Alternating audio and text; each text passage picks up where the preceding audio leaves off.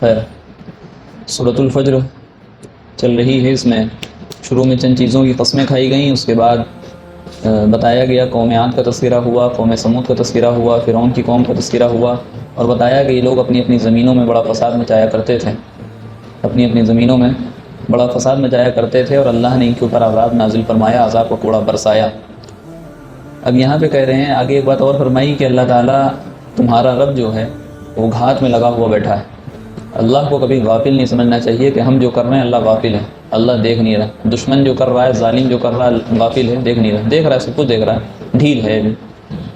انسانوں میں سے کافروں کا یہاں پہ ذکر کر رہے ہیں خاص طور سے، لیکن عام طور سے سارے مسلمان بھی اس میں شامل ہیں۔ فرمایا گیا کہ فَأَمَّا الْإِنسَانُ إِذَا مَا ابْتَلَاهُ رَبُّهُ فَأَكْرَمَهُ وَنَعَّمَهُ فَيَقُولُ رَبِّي أَكْرَمَنِ۔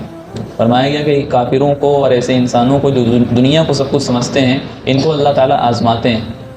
اور جب ان کو آزماتے ہیں، کیسے آزماتے ہیں؟ آج ہم سمجھتے ہیں کہ آزمائش سے کیسے ہوتی ہے کہ ہمارے پاس کوئی نعمت ہے وہ چھن جائے، یہ آزمائش ہے۔ نعمت کا لے لینا بھی آزمائش ہے، اور نعمت کا مل جانا بھی آزمائش ہے۔ اللہ تعالیٰ نے پہلی چیز جو آزمائش کی بتائی وہ یہی بتائی کہ اللہ تعالیٰ جب کسی انسان کو، انسان کا رب جب کسی انسان کو آزماتا ہے فَأَكْرَمَهُ، تو اس کا اکرام کراتا ہے، اس کو انعام دیتا ہے، وَنَعَّمَهُ، بہت ساری نعمتیں اس کو دیتا ہے۔ فَيَقُولُ رَبِّي أَكْرَمَنِ، تو وہ بندہ کہنے لگتا ہے، وہ کافر کہنے لگتا ہے جو دنیا کو سب کچھ سمجھتا ہے، وہ یہ کہنے لگتا ہے کہ ہم تو اسی کے مستحق تھے، اللہ ہم سے راضی ہے، اللہ ہم سے راضی ہے، ہم اللہ کے مقبول ہو گئے، اللہ نے ہمیں مال دیا، اللہ نے ہمیں دولت دی، اللہ نے ہمیں کاروبار دیا، اللہ نے ہمیں بچے دیے، اللہ نے طرح طرح کی نعمتیں ہم پر کی ہیں، لہٰذا دلیل ہے اس بات کی کہ ہم اللہ کے مقبول ہیں اور اللہ ہم سے راضی ہیں۔ اگر اللہ ہم سے راضی نہ ہوتا تو یہ سب نہ دیتا، حالانکہ بات غلط ہے، بات غلط ہے۔ اگر اللہ نے انعام کیا ہے، اکرام کیا ہے، تو ہمارا حال یہ ہونا چاہیے کہ ہم شکر گزاری میں مبتلا ہوں، ہمارے اندر سے شکریہ کے کلمات ظاہر ہوں، شکر کا جذبہ ہمارے اندر پیدا ہو۔ یہ چیز اس وجہ سے اللہ نے دیا تھا، اور اکرام کرنے میں آزمائش کا لفظ اسی لیے استعمال کیا گیا ہے کہ اللہ تعالیٰ دیکھنا چاہتے ہیں کہ اللہ نے جو انعام تم کو دیا ہے، جو نعمتیں تم کو دی ہیں، اس کی وجہ سے شکر ادا کرتے ہو یا نہیں کرتے ہو، اس کی وجہ سے شکر ادا کرتے ہو نہیں کرتے ہو۔ تو یہ بھی ایک طرح کا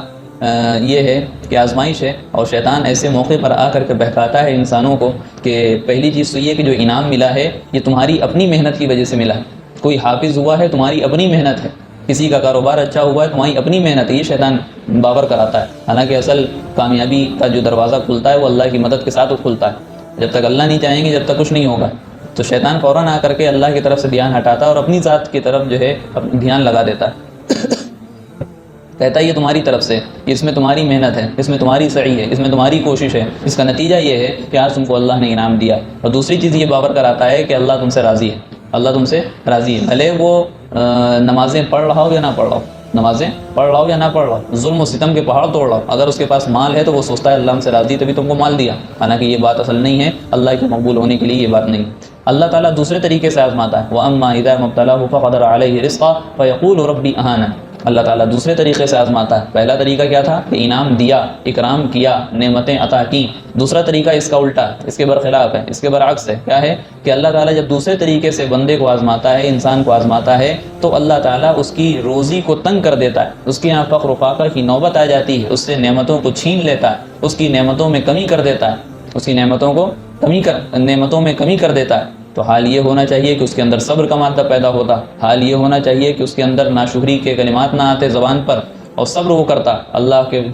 کی ذات پر یقین رکھتا، لیکن اس کا حال یہ ہوتا ہے فیقول ربی اہانن، کہ وہ کہتا ہے کہ اللہ نے میری توہین کی، اللہ نے میری قدر نہیں کی، اللہ نے میری قدر سے نیچے گرا دیا، اللہ نے میرے ساتھ اچھا نہیں کیا، اللہ نے میرے ساتھ برا کیا۔ اللہ کو ہم ہی دکھتے ہیں برائی کرنے کے لیے اور برا کام کرنے کے لیے، برا نتیجہ ہماری ساتھ پتہ نہیں کیوں ظاہر ہوتا ہے۔ اللہ ہم سے راضی نہیں ہے، ہمارے ساتھ جو یہ معاملہ ہو رہا ہے ہم اس کے مستحق نہیں ہیں، ہم کو چاہیے تھا کہ اللہ تعالیٰ ہم کو عزت دیتے، اللہ کو چاہیے تھا کہ اللہ ہمیں انعام دیتے، یہ سب باتیں کرنے لگتا ہے۔ کیا باتیں کرتا ہے کہ اللہ کے اوپر ذمہ داری یہ تھی کہ اللہ ہمارے لیے ایک انعام و اکرام کا معاملہ کرتے، یہ جو تنگی ہمارے اوپر آ رہی ہے یہ ہم اس کے مستحق نہیں تھے، ہم تو اللہ کے مقبول ہونا چاہتے تھے، ہمارا مقام دوسرا ہوتا اللہ کے یہاں، لیکن اللہ نے میری جو ہے توہین کی۔ تو اصل بات یہ ہے کہ مال کا مل جانا یا نعمتوں کا مل جانا یا ان کا چھن جانا یہ اللہ کے ہاں مقبول یا مخذول ہونے کی علامت نہیں ہے۔ اگر کسی کے پاس مال ہے اور یہ سمجھے کہ اللہ کے مقبول ہے، اللہ راضی ہے، ایسی ضروری بات نہیں ہے۔ اور اگر کسی کے پاس مال نہیں ہے، فقر و فاقہ ہے، تنگی ہے اور بھوک کی نوبت ہے، تو اس میں یہ نہیں سمجھنا چاہیے کہ اللہ اس سے ناراض ہے، بلکہ اس کے خلاف اکثر معاملہ ہوتا ہے۔ فرعون کو ہم نے نام سنا ہوگا، اور پیچھے بھی ذکر آیا کہ فرعون نے باقاعدہ دعویٰ کیا انا ربکم الاعلیٰ، میں تم لوگوں کا سب سے بڑا رب ہوں، میں تم لوگوں کا سب سے بڑا رب ہوں، خدائی کا دعویٰ۔ لیکن اس کے ساتھ معاملہ کیا ہے؟ اللہ تعالیٰ کو پھر چاہیے تھا، اللہ تو اس سے راضی نہیں تھا کیونکہ اس نے خدائی کا دعویٰ کیا تھا، تو اللہ تو اس سے ناراض تھا۔ تو ناراضگی کی علامت یہ ہونی چاہیے کہ اللہ تعالیٰ اس کو طرح طرح کی بیماری میں مبتلا کرتا، لیکن اس کے بارے میں آتا یہ ہے کہ اس کے پوری زندگی میں سر میں درد نہیں ہوا، سر میں درد تک نہیں ہوا۔ تو اللہ کا ایک طرح کا انعام ہے کسی کے سر میں درد نہ ہونا، کسی کے سر میں درد نہ ہونا ایک اللہ کا انعام ہے۔ تو اگر وہ یہ سمجھے کہ میرے سر میں درد نہیں ہوا، میری طبیعت خراب نہیں ہوئی، میری صحت خراب نہیں ہوئی، لہٰذا اللہ ہم سے راضی ہے، تو کیا اللہ فرعون سے راضی؟ اللہ راضی نہیں ہے۔ تو معاملہ یہ نہیں ہے کہ نعمتوں کو دیکھ کر کے اللہ تعالیٰ ہم پہچان لیں کہ فلاں سے راضی ہیں یا ہم سے راضی ہیں۔ ہم دوسروں کے بارے میں فیصلہ نہیں کریں گے، اپنے بارے میں فیصلہ کریں گے۔ اگر ہمارے پاس نعمتیں مل رہی ہیں تو ہم کو سوچنا ہے کہ ہم شکر ادا کر رہے ہیں یا نہیں کر رہے ہیں، اور اگر کر رہے ہیں تب تو ٹھیک ہے، نہیں کر رہے ہیں تو ہم کو سمجھنے کی ضرورت ہے۔ اسی طریقے سے برخلاف کتنے نبیوں کے بارے میں آیا کہ ان کو طرح طرح کی تکلیفیں دی گئیں، تو کیا تکلیف دی گئی اس کی وجہ یہ تھی کہ اللہ تعالیٰ ان نبیوں سے راضی نہیں تھے، یا ان نبیوں سے ناراض تھے، یا وہ نبی اللہ کے نعوذ باللہ مقبول نہیں تھے، مخذول تھے نعوذ باللہ؟ اللہ حفاظت فرمائے۔ ایسا تو نہیں تھا کہ نبیوں کے بارے میں آیا کہ ان کے حضرت زکریا علیہ السلام کے بارے میں غالباً آتا ہے کہ ان کے آرے سے ان کے سروں کو چیر دیا گیا، سروں کو کاٹ دیا گیا، سروں کو کاٹ دیا گیا۔ تو کیا اللہ کی طرف سے یہ معاملہ تھا، یہ آزمائش تھی، تو اس کی وجہ سے کہ اللہ کے وہ مقبول نہیں، وہ مقبول ہیں؟ تو پتہ یہ چلتا ہے کہ سیدھے راستے پہ جو چلتا ہے اس کے پاس کچھ تکلیفیں آتی ہیں، اس کے پاس کچھ پریشانیاں آتی ہیں۔ اللہ کے رسول علیہ السلام کی حدیث ملتی ہے کہ اللہ تعالیٰ جب کسی بندے سے محبت کرتا ہے تو اللہ تعالیٰ اس کو دنیا سے ایسے بچاتا ہے جیسے کہ تم اپنے مریضوں کو پانی سے بچاتے ہو، جیسے کہ تم اپنے مریضوں کو پانی سے بچاتے ہو۔ لہٰذا اللہ نے اگر کسی کو دنیا سے دور رکھا ہے تو اس میں یہ بھی کبھی سمجھنا چاہیے کہ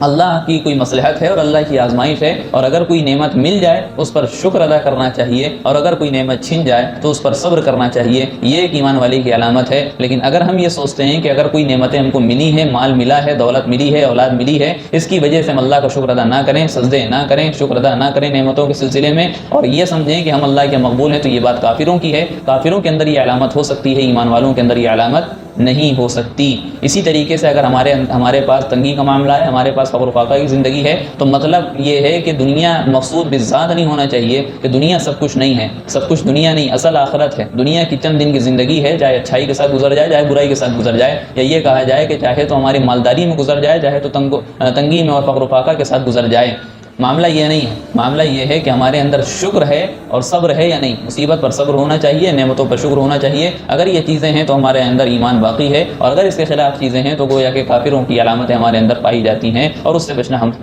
ہم سب کے لیے ضروری ہے۔ آگے فرمایا کہ یہ جو تمہارے اوپر تنگی ہو رہی ہے، آگے فرما رہے ہیں کہ یہ جو تمہارے اوپر تنگی ہو رہی ہے، تمہارے پر عذاب آ رہا ہے، تو یہ صرف چند چیزوں کی وجہ سے نہیں۔ کلا بل تکریمون الیتیم، اگر تم یہ سمجھ رہے ہو کہ یہ سب چیزیں ملنا اللہ کے یہاں مقبول ہے اور نہ ملنا اللہ کے مخذول ہے، تو یہ بات غلط ہے، بلکہ اس اور بھی وجہ ہیں، اور بھی تمہارے گناہ ہیں کچھ، جس کی وجہ سے اللہ تم پر عذاب نازل فرماتا ہے۔ کیا گناہ؟ پہلا گناہ بتایا کہ لا تکریمون الیتیم،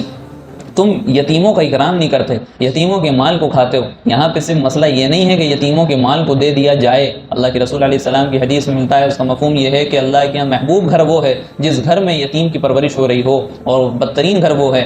بلکہ یہ کہا جائے جس گھر میں یتیم کے ساتھ حسن سلوک ہو رہا ہو، اور بدترین گھر وہ ہے جس گھر میں یتیم کے ساتھ بدسلوکی ہو رہی ہو۔ یتیم کے بڑے معاملات ہیں، سورہ نساء کے شروع میں یتیموں اور عورتوں کے بارے میں بڑے مسائل آئے تھے، تفصیل سے وہاں پہ ذکر کیا گیا تھا۔ تو کل ملا کے بات یہ ہے کہ ولا تکریمون الیتیم، یہاں پہ قرآن اس آیت میں یہ نہیں کہہ رہا ہے کہ تم صرف خرچ کرو، یہاں پہ صرف یہ نہیں کہہ رہا ہے کہ ان کے مال کو ان کو دے دو، بلکہ یہاں پہ کہہ رہا ہے تم عزت نہیں کرتے ہو، یتیموں کی عزت کرو۔ تمہارے سامنے جب تمہارے بچے آتے ہیں، اور تمہاری پڑوسیوں کے یا کسی تمہارے چچا بابا کے رشتہ داروں کے بچے یتیم آتے ہیں جن کے سر پر باپ کا سایہ نہیں ہے، تو تمہارا حال یہ ہوتا ہے کہ ان کو حقارت کی نظر سے دیکھتے ہو، ان کو حقیر سمجھتے ہو، ان کو ذلیل سمجھتے ہو۔ یہ تمہارے اندر نہیں ہونا چاہیے، بلکہ گویا کہ یہ چیز مل گئی کہ اس قرآن کی اس آیت سے یتیموں کا اکرام واجب ہو گیا، فرض ہو گیا، یتیموں کا اکرام کیا جائے گا۔ ایک گناہ۔ دوسرا گناہ کیا بتایا؟ ولا تحاضون علی طعام المسکین، تم اتنے کنجوس ہو، اتنے بخیل ہو، بلکہ یہ کہا جائے تمہارے اندر دنیا کی اتنی نعمتوں، دنیا کی اتنی محبت تمہارے اندر رچ بس گئی ہے کہ تم خود تو خرچہ نہیں کرتے یتیموں کے اوپر، تم خود خرچہ نہیں کرتے مسکین اور غریبوں کے اوپر کہ ان کے حقوق کو ادا کرو، جو کہ حقوق اللہ تعالیٰ نے مالداروں کے مال میں رکھا تھا۔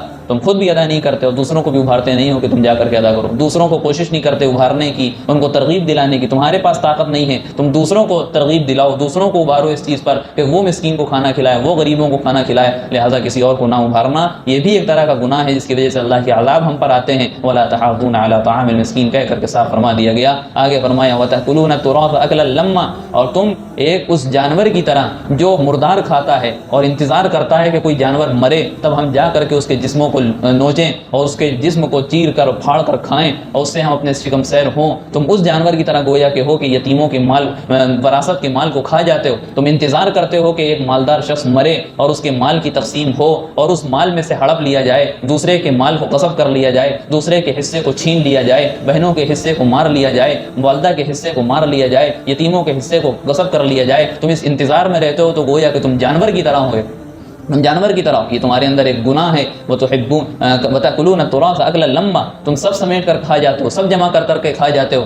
وراثت کا مال. لہٰذا یہ بہت بری عادت ہے, بہت بری عادت ہے جو انصاف کا تقاضا ہے, اور شریعت نے جو قوانین بتا دیے ہیں ہم کو اس کے مطابق اپنی وراثت کو تقسیم کرنا ہوگا اور اسی اعتبار سے حصے کی تقسیم کرنی ہوگی اور حصہ ہر ایک کو دینا ہوگا. چوتھا گناہ بتایا وتحبون المال حبا جما, جس کی وجہ سے گناہ کی وجہ سے اللہ کا عذاب نازل ہوتا ہے. وتحبون المال حبا جما, اور تمہارے اندر مال کی بہت زیادہ محبت بھری ہوئی ہے, تم نے مال کو اپنے عزیز بنا رکھا ہے, تم نے مال کو اپنا سب کچھ بنا رکھا ہے. گویا کہ دنیا کی محبت کا ہمارے اندر پیدا ہو جانا اکثر برائیوں کی جڑ ہے, بہت سارے گناہوں کی جڑ ہے. جب ہمارے اندر حب الدنیا و کراہیت الموت آتی ہے تو ہمارا حال یہ ہوتا ہے کہ ہم سب کچھ کرنے کے لیے تیار ہوتے ہیں, کوئی ایسا گناہ نہیں ہوتا جس سے ہم پیچھے ہٹیں. ہم ظلم بھی کریں گے, ہم قتل بھی کریں گے, ہم چوری بھی کریں گے, ہم حق بھی ماریں گے اور دوسرے کے حقوق پر ناجائز قبضہ کرنے کی کوشش بھی کریں گے. ہر طرح کے گناہ کرنے کے لیے ہم تیار ہو جاتے ہیں. کب ہوتے ہیں؟ جب ہمارے اندر مال کی محبت اور دنیا کی محبت پیدا ہو جاتی. جب ہمارے اندر مال کی محبت اور دنیا کی محبت پیدا ہو جاتی تب ہم یہ سب کرنے کے لیے تیار ہوتے ہیں. تو وتحبون المال حبا جما, یہ مال کی محبت بھی ایک بڑا فتنہ ہے, بہت بڑی چیز ہے, بہت بڑا گناہ ہے. کلا اذا دکت الارض دکا دکا, یہ انشاءاللہ اگلے ہفتے بات آتی رہے گی. یہ جو چیزیں ہیں ہم کو سمجھنا چاہیے کہ یہ صرف دنیا مقصود نہیں ہے, دنیا تک کی یہ چیزیں محدود نہیں ہیں, بلکہ اس کے بعد ایک اور دنیا ہے, آخرت ہے, جو قیامت کا منظر جس کو کھینچا گیا پورے قرآن میں جا بجا. تو وہاں پہ اللہ تعالیٰ کے یہاں پیشی ہونی ہے, وہاں سوال جواب ہونا ہے, وہاں ہمیں جواب دینا ہے, وہاں حساب کتاب کا دن ہے اور ہم کو سب کچھ دینا ہوگا. یہ چند دن کی زندگی ہے, ہم دوسرے کے اوپر ظلم کر کے گزار لیں, ہم دوسرے کے حق کو مار لیں, ہم کیا کریں کہ یتیموں کی عزت نہ کریں, ہم کیا کریں مسکینوں کو کھانا نہ کھلائیں, مال کی محبت اپنے اندر پیدا کر لیں, اللہ کی محبت کو نکال دیں. کتنے دن کریں گے, کتنے دن حق ماریں گے, کتنے دن کسی کے اوپر ظلم کریں گے؟ چند دن کریں گے. ہم کتنے دن اللہ کی نافرمانی کریں گے, ہم کتنے دن اللہ کے آگے سجدہ نہیں کریں گے, اپنے اندر اکڑ پیدا کریں گے اور اپنے اندر ضد پیدا کریں گے. اگر یہ آج اکڑ ہمارے اندر موجود رہی دنیا میں کہ ہم اللہ کے آگے سجدہ نہیں کرتے ہیں تو یاد رکھنا چاہیے ہمیں کہ کل قیامت کا دن ہوگا, ہماری گردنیں اور ہماری کمر اور ہماری پیٹھ اکڑی ہوئی ہوگی. اگر ہم اس وقت چاہیں گے بھی کہ ہم اللہ کے آگے سجدے میں پڑ جائیں تو ہم نہیں جا سکتے, ہم سجدہ نہیں کر سکتے. اس وقت ہم کو عادت ڈالنی ہوگی اس دنیا میں رہ کر کے سجدے کی, ہم کو عادت ڈالنی ہوگی اپنے زبان کو کلمہ پڑھنے کی, تبھی جا کر کے آخری جو کلمہ ہمارا موت کے وقت نکلے گا وہ لا الہ الا اللہ نکلے گا, لا الہ الا اللہ نکلے گا اور ایمان پر خاتمہ ہوگا. اور اگر ایمان پر خاتمہ نہیں ہوا تو ہماری آخرت تباہ ہے, ہماری آخرت میں ہلاکت و بربادی ہے. ہم کو سمجھنا چاہیے اور قرآن کے احکام کو سمجھنا چاہیے, قرآن کے احکام پر پابندی سے عمل کرنے کی کوشش کرنا چاہیے. قرآن جن گناہوں کی طرف اشارہ کرتا ہے ان سے بچنا چاہیے, جن عبرت کے لیے جن واقعات کا ذکر کرتا ہے ان واقعات سے قوم عاد, قوم سمود اور قوم فرعون جن کا بھی ذکر ہوا اور اس کے علاوہ دوسری قوموں کا ذکر جو بیچ بیچ میں ہوتا رہتا ہے, ان تمام چیزوں سے ہمیں اللہ کی پناہ چاہنی چاہیے اور اس سے عبرت حاصل کرنا چاہیے تاکہ ہم اپنے راستے کو سیدھا کر سکیں, اپنے رخ کو صحیح سمت میں لگا سکیں اور جو جنت کا راستہ صراط مستقیم اہدنا الصراط المستقیم صراط الذین انعمت علیہم غیر المغضوب علیہم ولا الضالین میں بتا دیا گیا, اس راستے کو ہم اختیار کرنے والے ہوں تاکہ ہمارا راستہ صحیح طور پر صحیح رخ پر چلنے والے ہوں. آگے انشاءاللہ بات اگلے ہفتے آتی رہے گی. ویڈیو اگر اچھی لگی ہو تو لائک کریں, شیئر کریں اور چینل کو سبسکرائب کرنا نہ بھولیں اور ساتھ ہی ساتھ بیل آئیکن کو پریس کریں تاکہ نئی ویڈیو کی نوٹیفیکیشن آپ کو ملتی رہے.